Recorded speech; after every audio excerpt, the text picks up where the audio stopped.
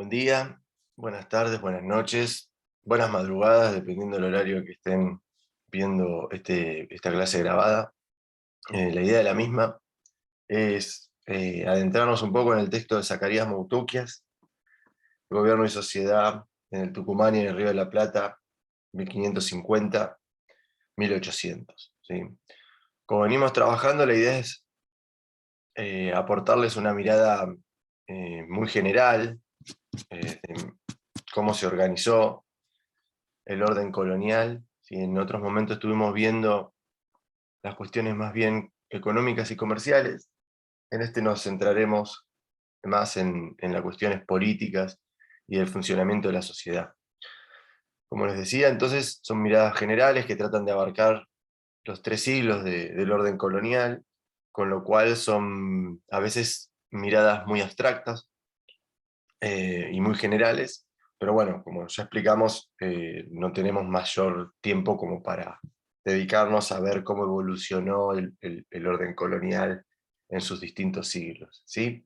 Entonces, esto ténganlo en cuenta, porque bueno, de cada una de las cuestiones que hablaremos se puede profundizar y obviamente dividir en distintas etapas, dado que pasaron 300 años como mínimo, sobre lo que sucedió. Bueno, estaba pensando cómo abordar el texto y se me ocurrió arrancar con algo que no está en el texto, pero sin lo cual es muy complicado entender cómo funciona una sociedad, como acá les pongo, de antiguo régimen.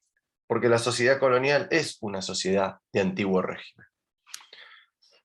Yo acá les puse cómo funciona una sociedad en la modernidad, es decir, las sociedades que van a ser formadas producto de los procesos revolucionarios de la Revolución Francesa, la Revolución de Independencia de los Estados Unidos, la Revolución Gloriosa en Inglaterra y las revoluciones de independencia, tanto en España como en, en sus colonias. Lo mismo con la Revolución de Independencia en Haití y de las colonias portuguesas. ¿Sí? Esto lo vamos a hablar muy escuetamente porque cuando veamos los procesos de independencia volveremos, pero para que ustedes entiendan la gran diferencia que hay entre el antiguo régimen y la modernidad, es importante pensar cómo esas sociedades se piensan a sí mismas. En la modernidad, y yo acá traté de dibujárselos, se me ocurrió hacer un círculo que expresaría la sociedad, y una enorme cantidad de hombres y mujeres, ¿no? ¿Por qué? Porque en la modernidad la sociedad está pensada como la sumatoria de individuos libres. ¿Sí? Eso daría una sociedad. Individuos que entre sí son iguales ante la ley. Son individuos libres iguales ante la ley.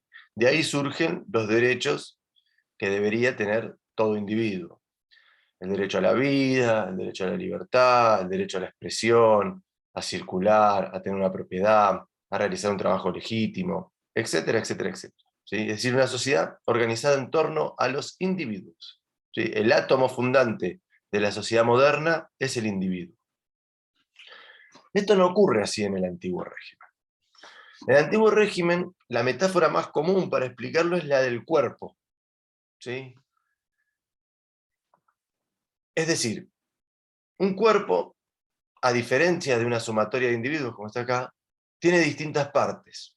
¿Sí? Por ejemplo, no sé, el sistema respiratorio, el sistema digestivo, el sistema motriz, no sé, el sistema encefálico, etcétera, etcétera, el corazón, bueno, el sistema circulatorio, bla, bla, bla, bla.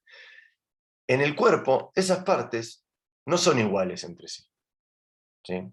Y cumplen funciones distintas. ¿Bien? Como cumplen funciones distintas, se les solicita, si se les exige determinadas cosas. Y por el contrario, tienen determinados privilegios. Por ejemplo, el corazón tiene como función, y el sistema circulatorio, bombear la sangre, incorporar oxígeno a la sangre, bombearla por todo el cuerpo, y circularla por todo el cuerpo, ¿no? El sistema respiratorio, incorporar oxígeno, liberar dióxido de carbono, el sistema digestivo, procesar los alimentos. Ahora, a esos no se les exige, por ejemplo, ningún tipo de movilidad. En cambio, el sistema motriz sí se le exige una movilidad. Esta idea de cuerpo es la que permite pensar a las sociedades de antiguo régimen. Las sociedades de antiguo régimen se piensan como un cuerpo, ¿sí? De ahí que las partes integrantes del cuerpo son desiguales y jerárquicas entre sí. Y esto es considerado un orden natural, es decir, la voluntad de Dios. Vamos a transformarlo esto en realidades más concretas. Por ejemplo, las sociedades de antiguo régimen están divididas en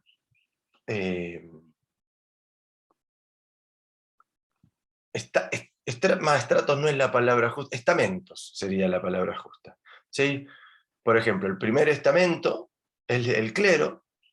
El clero, por ejemplo, ¿qué privilegios tiene el clero? No paga impuestos, ningún tipo de impuestos. No tiene que ir a la guerra, ¿sí? ¿Su función cuál es? Su función es rezar, es decir, conectar con la divinidad, dar servicios religiosos a los hombres. Ahí tiene obligaciones, por ejemplo, dar los sacramentos, etc. ¿Sí?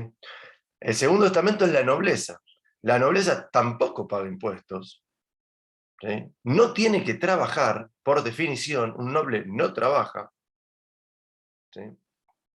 Pero, por ejemplo, tiene como obligación ir a la guerra y dar consejo al rey. Finalmente, el tercer estamento, el que no es ni clero ni noble, por el contrario, tiene la obligación de lo que se llama el tercer estado o el mundo plebeyo, depende del lugar, ¿no? Por el contrario, tiene la obligación de pagar impuestos y trabajar, ¿sí? También tiene derechos, por ejemplo, ¿sí?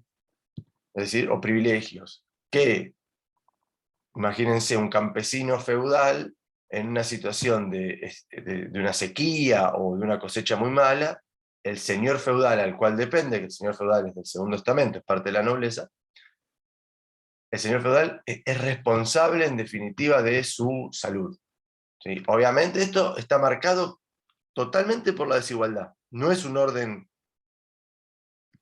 justo, entre comillas. ¿Acaso alguna vez ha existido un orden justo entre los seres humanos? Lo dudo, pero es un orden que por definición es desigual, ¿sí?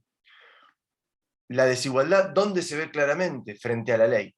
Porque frente a un mismo delito, por ejemplo, un noble mata, no sé, a una persona, lo mata o lo mata a alguien del tercer estamento, un plebeyo, un burgués, que también es parte del tercer estamento, ¿sí?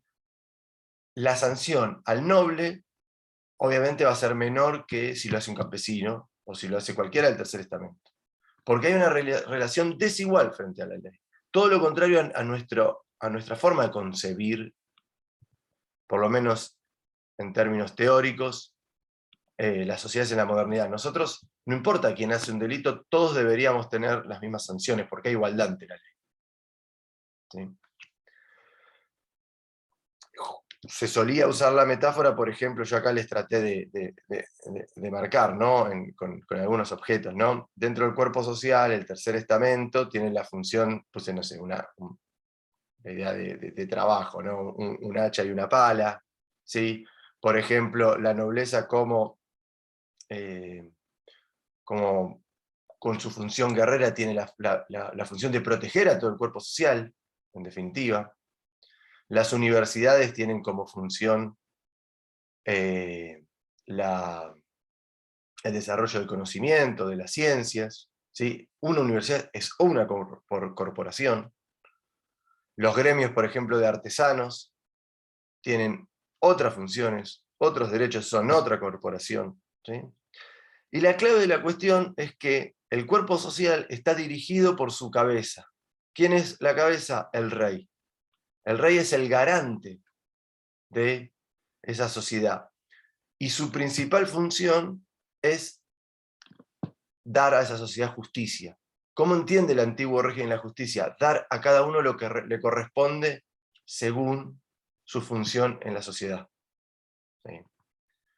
Lo que le corresponde es que cumpla sus obligaciones, pero que también acepte, es decir, se garanticen sus derechos.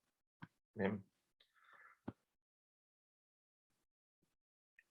Lo que une al cuerpo dirigido por el rey, que es el dador de justicia, la última fuente de justicia. En definitiva, es lo que vendría a ser el espíritu del cuerpo, es la religión católica. Por eso acá puse una cruz, para seguir con la metáfora. ¿Sí? Y en definitiva, es una sociedad que basa su legitimidad, es decir, el por qué las cosas tienen que ser como son, a través de la costumbre. ¿Sí? Es decir, es así ¿por qué? Porque en el pasado fue así. Por el contrario, en nuestras sociedades modernas, nosotros basamos nuestra legitimidad en la razón. Como todos somos individuos libres e iguales entre sí, acordamos formar una sociedad y dotarnos de un gobierno. De ahí la idea de que el origen del gobierno es la soberanía popular. Puse soberanía popular, perdón. La soberanía popular. Es decir, la suma de individuos, como son iguales, votan, todos valen un voto, elige a su propio gobierno. Y esto es producto de una ley humana. Acá no. Acá se considera que, en definitiva, la sociedad está organizada a partir de un orden natural. Ese orden natural es la voluntad de Dios, que se expresa en el mundo terrenal. Con lo cual la religión es lo que, en definitiva, garantiza la unidad del cuerpo humano. ¿Sí? Última idea, y ahora avanzamos y tratamos de ver estas cuestiones y por qué es tan importante pensar cómo funciona una sociedad de antiguo régimen. En la sociedad de antiguo régimen, el todo es más que la sumatoria de las partes. ¿Sí? Lo contrario, sí es, si se quiere, es nuestra sociedad, donde cada ciudadano, cada individuo busca su propio interés, independientemente de si eso genera una ventaja o no colectiva. ¿Por qué? Porque el eje es el individuo. Acá el eje es el cuerpo humano, es decir, el cuerpo social, no el cuerpo humano, el cuerpo social. ¿Sí? Con lo cual, esto genera dos cosas. La primera es que frente a determinadas necesidades que tenga el cuerpo social, hay obligación por parte de sus partes. Por ejemplo, si hay una guerra, un noble no se puede negar ir a pelear. ¿Sí? La segunda cuestión que genera, ¿sí?, es que el individuo no es pensado a partir de su individualidad, sino a partir de pertenecer a una de las corporaciones que integran el cuerpo político. Un individuo es imaginemos, seguimos con ejemplos más europeos. Por ejemplo, un individuo, no sé, por ejemplo, un artesano es miembro de una familia, primera corporación. Es miembro de determinado gremio de artesanos, otra corporación. A su vez, es vecino de una ciudad, otra corporación. En cada una de estas cuestiones, él es parte de un todo que es más que la suma de sus familiares, sus otros compañeros del gremio de artesanos, como el resto de los vecinos de la ciudad. Y en cada uno tiene determinadas funciones y determinadas obligaciones, que en última instancia están garantizadas por la cabeza del cuerpo, por el rey, el dador último de justicia, el que define cualquier conflicto. Esto llevado a América, a la conquista y la colonización, generó una sociedad que la podríamos definir en dos grandes corporaciones que a su vez tienen corporaciones en su interior. Es lo que se conoce como la teoría de las dos repúblicas. ¿Qué es la teoría de las dos repúblicas? En las zonas donde los conquistadores lograron dominar a sociedades indígenas desarrolladas, como ya vimos, la zona mesoamericana y la zona andina principalmente, lo que buscó el orden colonial es evitar el contacto entre la República de Españoles y la República de Indios. Entonces, ¿qué intentó hacer? Dotar a cada una de estas repúblicas de sus propias instituciones, de sus propias autoridades, de su propio orden interno. Es decir, una corporación separada a las otras. Por ejemplo, cada comunidad indígena está organizada en un pueblo de indios. ¿Sí? El pueblo de indios designa sus propias autoridades, tiene su propio cabildo, tiene su propio curaca, tiene sus propias tierras, La desorganización, por ejemplo, de cómo se distribuyen esas tierras que son de propiedad comunal, es decir, de la comunidad, dentro de los indígenas comunitarios, es una decisión de la comunidad. ¿Tienen derecho a qué frente a la monarquía? Por ejemplo, a que el rey garantice la posesión de esas tierras. Pero tienen obligación, por ser pueblos conquistados, están obligados a pagar tributo. ¿Sí? El tributo puede ser un tributo en trabajo, por ejemplo la mita, o un tributo en especias, por ejemplo, dar a los encomenderos cierta cantidad de producción, o un tributo en moneda, directamente pagar con moneda constante y sonante sus cuestiones. ¿Quién paga? Paga la comunidad, con lo cual, cómo se distribuye las cargas dentro de la comunidad es una decisión propia de la comunidad y de los líderes de esa comunidad, que son los curacas. ¿Sí? La sociedad formada por la República de los Españoles tiene otras obligaciones, otros derechos, otra forma de organizarse, que la vamos a ver a continuación. ¿Sí? Esta idea justamente de separar el mundo colonial en dos repúblicas, una república de indios y una república de españoles, obviamente hay una desigualdad y una jerarquía. La república de españoles es superior a la república de indígenas, de indios, perdón, y la república de indios está por definición subordinada a la república de españoles, pero tiene un objetivo, es evitar la mezcla, evitar el contacto, salvo para cuestiones determinadas, por ejemplo, el cobro del tributo, la realización de la mita, o los repartimientos de mercancías, o la encomienda. ¿Sí? Esto en la realidad, después lo vamos a ver. Hoy nos vamos a concentrar, insisto, en la parte de la República de los Españoles. Cuando veamos los conflictos que genera la Gran Rebelión, nos profundizaremos más en el mundo indígena. Perdón que esto lo tenga que separar acá, pero solamente para que se entienda mejor la explicación. ¿Sí? Lo que decía es que el objetivo es la separación, es decir, el no contacto. Sin embargo, si quieren, desde el inicio de la conquista y la colonización, esto rápidamente va a encontrar distintos contactos y distintos inconvenientes. El principal es el proceso de mestizaje, es decir, la aparición de un conjunto de gente que no es ni española blanca, ni indígena, es mestiza, que es parte de la República de los Españoles o parte de la República de los Indios. Ya el inicio del proceso de colonización y de contacto entre culturas genera un proceso de mestizaje que va a generar varias complicaciones. ¿Sí? Avanzaremos a futuro esto. ¿Qué idea les tiene que quedar claras de esto que acabo de explicar? Uno, las sociedades de antiguo régimen se piensan como un cuerpo. En el cuerpo, cada parte tiene funciones y obligaciones distintas. ¿Sí? Ese cuerpo está unido, en definitiva, por la religión. Todos son católicos. No se puede ir contra el catolicismo. Y en definitiva, ¿quién determina cualquier conflicto entre las partes integrantes del cuerpo? Es el rey, el último dador de justicia. ¿Sí? Su principal función es administrar la justicia. Y esa es la forma en que se usa en la época. El juez es un administrador de justicia, es un árbitro en definitiva. Dicho esto, si después tienen preguntas, lo veremos cuando nos juntemos en clase. Vamos ahora sí a avanzar más al texto de Zacarías.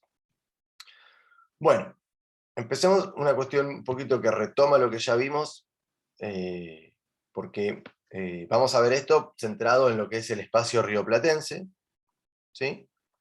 Dado que el objetivo nuestro es, en definitiva, dotarlos de una mirada de cómo se formó en definitiva la Argentina. Pero bueno, esto, digamos, los conceptos que utiliza Mutuquias podrían ser aplicados no sé, a la situación de Nueva España o a la situación andina. ¿Bien? Nosotros vamos a concentrarnos, obviamente, en el Río de la Plata. Este mapita yo ya se los pasé. es cómo es que se colonizó lo que es el espacio rioplatense. Habíamos visto lo de las tres corrientes, ¿no? La corriente que viene principalmente de cuando se descubre Potosí. Potosí estaría por acá, acá no está marcado, que es la corriente que viene de Lima, La Paz, va a fundar Santiago del Estero y el resto de las ciudades de que hoy conocemos como el NOA de la Argentina.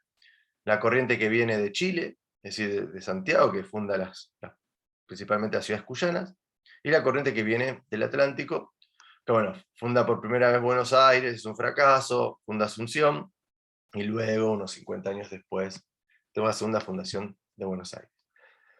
¿Qué es lo importante marcar de esta región en un momento? Es la periferia de la periferia. Es decir, yo acá les pongo. Es la periferia del Virreinato del Perú. El Virreinato del Perú va a abarcar todo este territorio, ¿sí? Es decir, no sé cuántos kilómetros hay el Virreinato del Perú tiene capital en Lima. No sé cuántos kilómetros hay de Lima a Buenos Aires, pero hay un montón. Con lo cual, ni hablar, o de cualquier ciudad intermedia, entre el camino de Lima a Buenos Aires, estamos hablando de una zona totalmente periférica, ¿sí? Que recién a fines del siglo XVII, perdón, fines del siglo XVIII, se va a transformar con la creación del Virreinato del Río de la Plata en una región más central dentro del Imperio Español, ¿sí? Pero a su vez no solo es una región periférica del centro, si se quiere, del poder político español en la zona de Sudamérica, del Virreinato del Perú, sino que a su vez el Virreinato del Perú es una periferia del Reino de Castilla. Bien, que ahí está el centro político. Bien.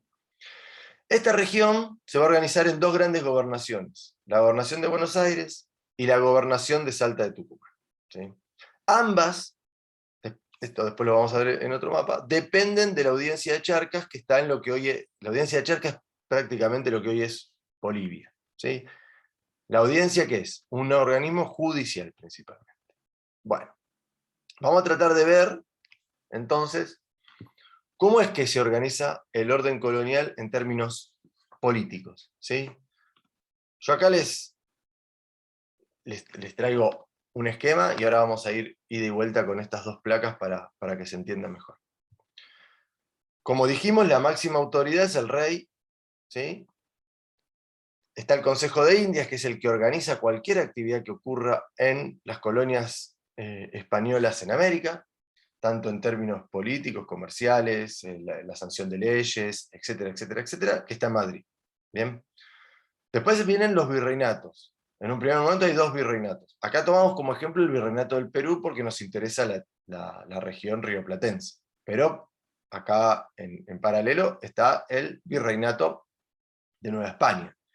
El virreinato del Perú y el virreinato de Nueva España frente al rey son dos corporaciones distintas, ¿sí? No es que ni el virreinato del Perú está subordinado al de Nueva España ni viceversa. Ambos están subordinados al rey, ¿sí? Por debajo de los virreinatos, ¿qué tenemos? Las audiencias. Las audiencias cumplen funciones judiciales, son tribunales de justicia. Si uno tiene un conflicto, primero acude a las audiencias. ¿Bien? En las audiencias están los oidores, que son los que escuchan justamente los conflictos y resuelven. Por eso les decía que esto de la periferia, si hay algún conflicto entre determinados individuos o dentro de determinadas corporaciones, si uno quiere apelar, tiene que ir a la audiencia de Charcas, es decir, se tiene que trasladar al Alto Perú. Bien. Por debajo de las audiencias están las gobernaciones, ¿sí? Tenemos la gobernación, esto ya está en el siglo XVII, se creó una nueva gobernación, está la gobernación del Paraguay, con capital en Asunción, con la gobernación de Buenos Aires, con capital en Buenos Aires, y la gobernación de Córdoba, de Salta del Tucumán, con capital en Córdoba.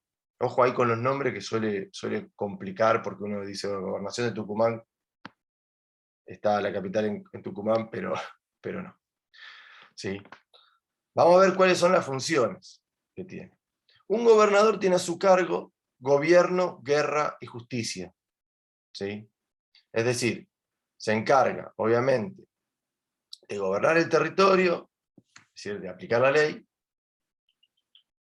de cualquier cuestión guerrera. Recuerden que esto es una empresa conquistadora, hay conflictos constantes con la población indígena todavía no dominada, como con otras potencias. El Río de la Plata va a ser una zona que va a vivir numerosos conflictos con la colonización portuguesa, ¿sí?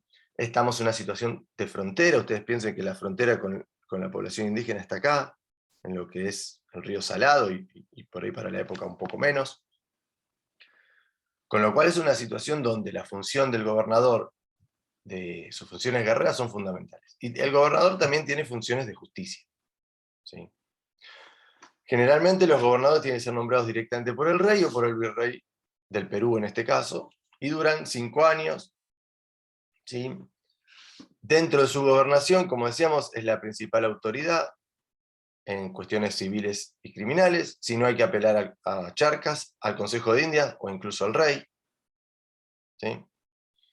Es, por ejemplo, el que puede determinar la distribución de solares, huertas, chacras, estancias, encomiendas, es decir, una vez colonizada una región, que en definitiva es una empresa de conquista, es el gobernador el que a quienes participaron, según sus méritos, ¿sí?, de la colonización, se distribuyen solares. Los solares son tierras dentro del trazado urbano, huertas, chacras, estancias son ya más alejadas del trazado urbano, viene a ser una zona rural y refiere a qué se produce. Y la encomienda es si es una situación, por ejemplo, donde hay población indígena capaz de ser sometida y de que trabaje de forma forzada, se formará un pueblo de indios, como decíamos antes. Ese pueblo de indios tendrá sus autoridades, pero la relación es que hay obligación de trabajar para un encomendero. ¿Quién determina quién es encomendero? El gobernador. El encomendero, como ya explicamos en otro momento, tiene la función de transmitir la religión católica a ese pueblo de indios. Por ejemplo, en la zona de Santiago del Estero, Jujuy, Salta, Catamarca, hubo pueblos de indios, no en la zona de Buenos Aires, ¿sí? En la zona de Buenos Aires los indígenas tienen otras características y no pudieron ser sometidos. En la zona que les marcaba antes sí, porque esto era en definitiva parte del Tahuantinsuyo, del Imperio Incaico, y ya estaban, digamos, acostumbrados y fueron a trabajos forzados y fueron sometidos para ello. Bien. Generalmente un gobernador, por las cuestiones que marcamos antes, de distancia, lejanía, es la periferia, y por la situación, digamos, de conflictos bélicos, tanto con poblaciones indígenas no sometidas como con otras potencias, llámese portugueses, ingleses, etc., suelen tener una gran zona de autonomía, es decir, de capacidad de decidir por ellos mismos, ¿sí? Entonces esta sería la primera institución importante a tener en cuenta, por debajo de un virreinato, ¿sí? Las gobernaciones. Bien. La gobernación de Buenos Aires para la época, por ejemplo, abarca lo que hoy sería Buenos Aires, Entre Ríos, Corrientes, Santa Fe y buena parte de la banda oriental, ¿sí? Eso es todo Buenos Aires como gobernación. Después tenemos la Real Hacienda, ¿sí? La Real Hacienda son oficiales reales, es decir, oficiales que manda el rey para intentar controlar lo que hacen las otras autoridades que existen o lo que hacen, ya lo vamos a ver más adelante, las élites locales. La Real Hacienda tiene como principal función, como bien lo dice su nombre, la recaudación de impuestos, con lo cual es central, y está totalmente separada del gobierno. Fíjense que el gobernador no cobra impuestos. Lo que busca acá la monarquía, la corona en definitiva, es justamente tener un cuerpo de funcionarios dotados de mucha autonomía, que sea la encargada del cobro de impuestos, que es lo que permite en definitiva el sostén de toda esta estructura administrativa sobre las colonias. Muchas veces se generan conflictos entre los gobernadores y los oficiales de la Real Hacienda. Si hay conflicto entre un gobernador y los oficiales de la Real Hacienda, hay varias instancias de apelación. Se puede apelar al virrey, en Lima, se puede apelar a la audiencia de Charcas, y si el conflicto perdura, directamente decide el rey. El rey, insisto, es el último dador de justicia. Lo que decide el rey no se discute. ¿Sí? Entonces, la Real Hacienda es como que funciona, fíjense que acá no está en este esquema que busca ir de lo más, digamos, abarcativo a lo más concreto en términos territoriales, que es el cabildo y sus alcaldes y regidores. La Real Hacienda viene a tener una función de control de todo esto, ¿sí? Directamente depende del rey. Muy bien. Y después tenemos la ciudad española, ¿sí? O la ciudad india. Acá es lo mismo. La ciudad, y por eso lo que expliqué al inicio es fundamental, la ciudad es una corporación por sí misma. Nosotros tenemos, por el origen latino de nuestra lengua, tenemos distintas formas de referirnos a una ciudad. Sin embargo, por ejemplo, podemos hablar de ciudad, o podemos hablar de una urbe, ¿sí? Sin embargo, contienen definiciones distintas y es importante tener en cuenta esto. Y ahora van a ver por qué es tan importante lo que expliqué al inicio. Por un lado, una ciudad es una urbe, ¿bien? Que viene la palabra latina urbs. La urbe es la materialidad de la ciudad, es decir, los edificios que hay, las casas que hay, las plazas, el trazado de las calles, si, no sé, si tiene un fuerte, una muralla, ¿sí? Si tiene alcantarillas, si tiene un puerto, la materialidad, lo que podemos ver y tocar. ¿Sí? Sin embargo, es mucho más importante, para lo que vamos a tratar de explicar, la segunda idea, que es de donde viene la palabra ciudad, que es la civitas. ¿Sí? La civitas es el estatuto jurídico-político que tiene la ciudad. ¿Sí? Vamos a tratar de llevarlo a algunas cuestiones. Por ejemplo, acá está la ciudad de Santa Fe. La ciudad de Santa Fe y la ciudad de Buenos Aires son dos ciudades, pero cada una tiene, como civitas, un estatuto distinto. Por ejemplo, la ciudad de Santa Fe depende de la ciudad de Buenos Aires. ¿Por qué? Porque la ciudad de Buenos Aires es cabecera de gobernación. En cambio, la ciudad de Santa Fe es subordinada a Buenos Aires. ¿Sí? A su vez, Buenos Aires, si bien es cabecera de gobernación, depende de Lima. ¿Por qué? Porque Lima tiene un estatuto mayor. ¿Es cabecera de qué? De un virreinato. Y a su vez, Lima y Buenos Aires, y por ende Santa Fe, ¿de quién dependen? De Madrid, porque Madrid es cabecera ¿de qué? Del Reino de Castilla. ¿Sí? Cada ciudad tiene un estatuto distinto. Y es más, por algunos servicios que se le pueda hacer al rey, el rey, por ejemplo, la defensa de la ciudad frente a un ataque extranjero, el rey dota a las ciudades de determinados privilegios. Por ejemplo, el privilegio de cobrar un nuevo impuesto para la ciudad, o la instalación de una fortaleza, o de una audiencia, o, por ejemplo, evitar un impuesto que hay que pagarle a la Real Hacienda. Eso va a depender de los servicios que cada ciudad le haya dado al rey. Bien. Esto se ve mucho en los nombres. Nosotros llamamos Buenos Aires, pero viene que dice Puerto de la Santísima Trinidad, del no sé cuánto, del Buen Aire. Bueno, por ejemplo, en Nueva España, no sé, la ciudad de Puebla es la heroica ciudad de Puebla. ¿Por qué heroica? Por una defensa que se hace en la ciudad de Puebla. Esto dotó a Puebla de determinados privilegios. O, por ejemplo, la ciudad de Tlaxcala. Tlaxcala, por ejemplo, que es una ciudad, que es un pueblo de indios, nunca pagó tributo. ¿Por qué no pagó tributo? Porque los tlaxcaltecas, que son los que viven en Tlaxcala, ayudaron a Cortés para derrotar al imperio azteca, con lo cual quisieron un servicio en definitiva a la corona que hace, los recompensa. Bien, volvemos a esta idea, es el rey que a las determinadas partes del cuerpo va privilegiando, beneficiando o exigiendo dependiendo de las funciones que cumple y de los servicios que da. ¿Sí? Entonces, la ciudad es un estatuto jurídico político, es una condición frente al rey. Bien. En la ciudad vive gente, ¿sí? Eso da la condición de vecino. Ahora, ser vecino no es vivir en el lugar, como nosotros lo entendemos hoy en día. Hoy nosotros, no sé, el que vive al lado de nuestra casa le llamamos vecino. El que vive a 10 cuadras también es otro vecino. Toda la gente que vive en un lugar es vecina. En el antiguo régimen, ser vecino es ser parte de una determinada ciudad, es decir, es ser reconocido como vecino. No toda la gente que vive en una ciudad es vecina. ¿Sí? Ser vecino es un estatuto privilegiado. Tiene determinados derechos y determinadas obligaciones. Por ejemplo, derechos que tiene.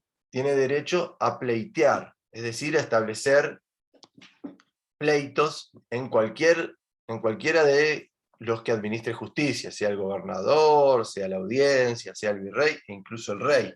Si tiene el derecho de petición. Tiene, por ejemplo, las obligaciones de defender la ciudad y participar de las milicias. Pero también tiene el derecho, como es miliciano, de no ser movilizado a otra región. ¿Bien? Importante. Ser vecino, entonces, no es vivir en el lugar, sino es ser parte del cuerpo de la ciudad. ¿Sí? Ahí yo les pongo, ¿no? Da derecho a cabildear, es decir, participar del cabildo, a los oficios que hay, por ejemplo, ser regidor, ser alcalde de primer voto, o alcalde de hermandad, ser parte de las milicias, tener indios encomendados. ¿Sí? Un pueblo de indios también es una ciudad, con un estatuto privilegiado. ¿Sí? Y por ejemplo también tienen derecho a cabildear, a oficios, a ser parte de las milicias. Obviamente no tienen derecho a tener indios encomendados porque ellos son los encomendados. ¿Sí? Importantísimo entonces. Ser vecino de una ciudad no es vivir en la ciudad, sino es que la ciudad te reconozca como parte integrante de la corporación ciudad. ¿Sí? Yo acá les puse entonces, importantísimo. No todo español es vecino, hay blancos pobres, hay transeúntes, hay gente que no es vecina, generalmente el grupo de los vecinos es muy poco. Voy a darles un ejemplo para que se entienda bien claro. En el 22 de mayo de 1810, cuando llegan las noticias, lo que sucede en España, esto lo vamos a ver en detalle después, el Cabildo de Buenos Aires invita a sus vecinos a un cabildo abierto. ¿Sí? ¿Saben cuántas invitaciones mandó el Cabildo de Buenos Aires? 450. ¿Qué significa eso? Que había 450 vecinos, es decir, reconocidos como parte de la ciudad como estatuto jurídico político diferenciado. ¿Cuánta gente vivía en Buenos Aires para 1810? 40.000 personas. ¿Sí? Ahí me parece que se ve claramente esto. No todo habitante de una ciudad es vecino. ¿Sí? Ser vecino es un estatuto privilegiado. Todos buscan ser vecinos, no todos lo logran. ¿Sí? A su vez, como toda la sociedad de antiguo régimen está organizada en torno a la desigualdad y la jerarquía, los vecinos también tienen jerarquías internas, dependiendo de qué, de sus méritos y sus distinciones, es decir, de los servicios que hayan dado a la corona. ¿Bien? A su vez, los vecinos y cualquier individuo en el antiguo régimen es parte de una red de familia. Esto lo vamos a detallar más adelante porque es clave para entender el funcionamiento del orden político y social de la colonia. ¿Sí? Van a ver que esas redes de familias van a controlar recursos, es decir, capital, fuerza de trabajo, principalmente indígenas, tierras y oficios. Y van a formar oligarquías locales de mucho peso. Esto sí es importante entenderlo, lo dejo para un poquito más adelante. Dentro de la ciudad, el principal órgano de gobierno es el cabildo. El cabildo es el gobierno de una ciudad, es el que administra el gobierno, el regimiento, es decir, las funciones militares, y la justicia de la ciudad y de su zona rural. El Hinterland es la región rural adyacente. Por ejemplo, a las zonas rurales nombra alcaldes de la Santa Hermandad. El cabildo es un organismo colegiado, es decir, son muchos los que forman parte del cabildo, hay que ser sí o sí vecino para ser parte del cabildo. Recuerden que no todo es vecino, perdón que lo repita, pero es muy importante eso. Y un cabildo, ¿cómo se elige? Por cooptación. ¿Qué significa? El cabildo saliente, los cabildantes de un cabildo duran 1 año en su cargo, y en diciembre se hace una nueva elección. ¿Quiénes eligen a los nuevos integrantes del cabildo? Los cabildantes salientes. Por eso decimos que es por cooptación, ¿sí? Sin embargo, por necesidades de la corona, por necesidades de las ciudades, hay algunos cargos que se venden dentro del cabildo, ¿sí? Por ejemplo, recaudación de ciertos impuestos, ¿sí? Es decir, imagínense que hay que recaudar la alcabala. La alcabala es un impuesto a las transacciones, al comercio, o el diezmo. Viene una persona y compra el cargo, adelanta lo que supuestamente se va a cobrar de ese impuesto, se lo paga el cabildo tiene recursos con esto, y esa persona que luego tiene la potestad de cobrar, porque el cabildo le da, obviamente, una certificación de que lo puede hacer, y cobrará la alcabala, el diezmo, el impuesto que sea. ¿Cuál es el negocio para el que compra el cargo? Comprar el cargo a menor valor de los impuestos que luego recolecto. Ahí, si logro hacer una diferencia, obviamente gane dinero, gane guita, ¿sí? Esa es la idea. ¿Por qué lo hacen? ¿Por qué venden los cargos? Porque justamente es difícil tener un cuerpo de funcionarios que cobre los impuestos. Entonces es una solución mucho más barata, rápida, segura, aunque no permite la recaudación total de lo que realmente se debería recaudar. A los oficiales de la Real Hacienda esto mucho no les gusta, ¿sí? Pero bueno, son impuestos de la ciudad, no impuestos que van directamente a la corona. Finalmente el cabildo tiene múltiples funciones, ¿no? No sé, las fiestas, se celebra el cumpleaños del rey, se celebra, por ejemplo, muchas celebraciones de santos, cada ciudad tiene un santo patrono, en fin. Tiene la función de policía, es decir, del control del orden interno, también del control de su zona rural adyacente. Las milicias, el abastecimiento, los precios, las medidas. Esto es muy importante, volviendo otra vez a esta idea del antiguo régimen. Por ejemplo, imagínense que aumenta el precio de la carne o aumenta el precio del trigo. El cabildo tiene la capacidad de poner precios máximos, ¿sí? De garantizar el abastecimiento, porque recuerden que, a diferencia de lo que concebimos hoy, el objetivo es el bien común. Entonces el cabildo tiene potestad, por ejemplo, de determinar que una arroba de trigo o determinada cantidad de carne valgan tanto para garantizar que la gente pueda comer, ¿sí? Porque el objetivo de todo el antiguo régimen es el bien común, independientemente que ese bien común después genere desigualdades, diferencias e injusticias, ¿sí? Siempre hablando en términos de cómo se piensan a sí mismos, como hoy sabemos también que es la igualdad ante la ley, que a partir de la cual nuestra sociedad está organizada, muchas veces en la práctica no ocurre. Lo mismo, otra función fundamental es controlar los pesos y medidas, es decir, que por ejemplo en las ferias que hay en las ciudades, las balanzas que se usen no estén tocadas, y evitar cualquier tipo de malversación o deshonestidad por parte de ellos, ¿sí?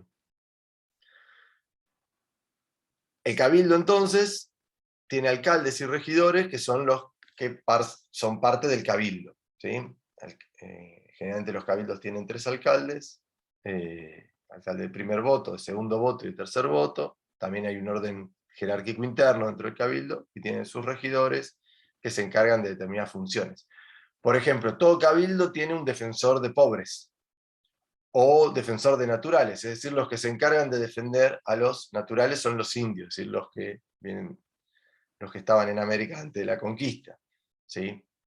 Entonces, retomando, la organización política tiene a la ciudad como núcleo clave, el cabildo es la clave. En una ciudad como Buenos Aires, es el Cabildo de Buenos Aires, a su vez es sede de una gobernación.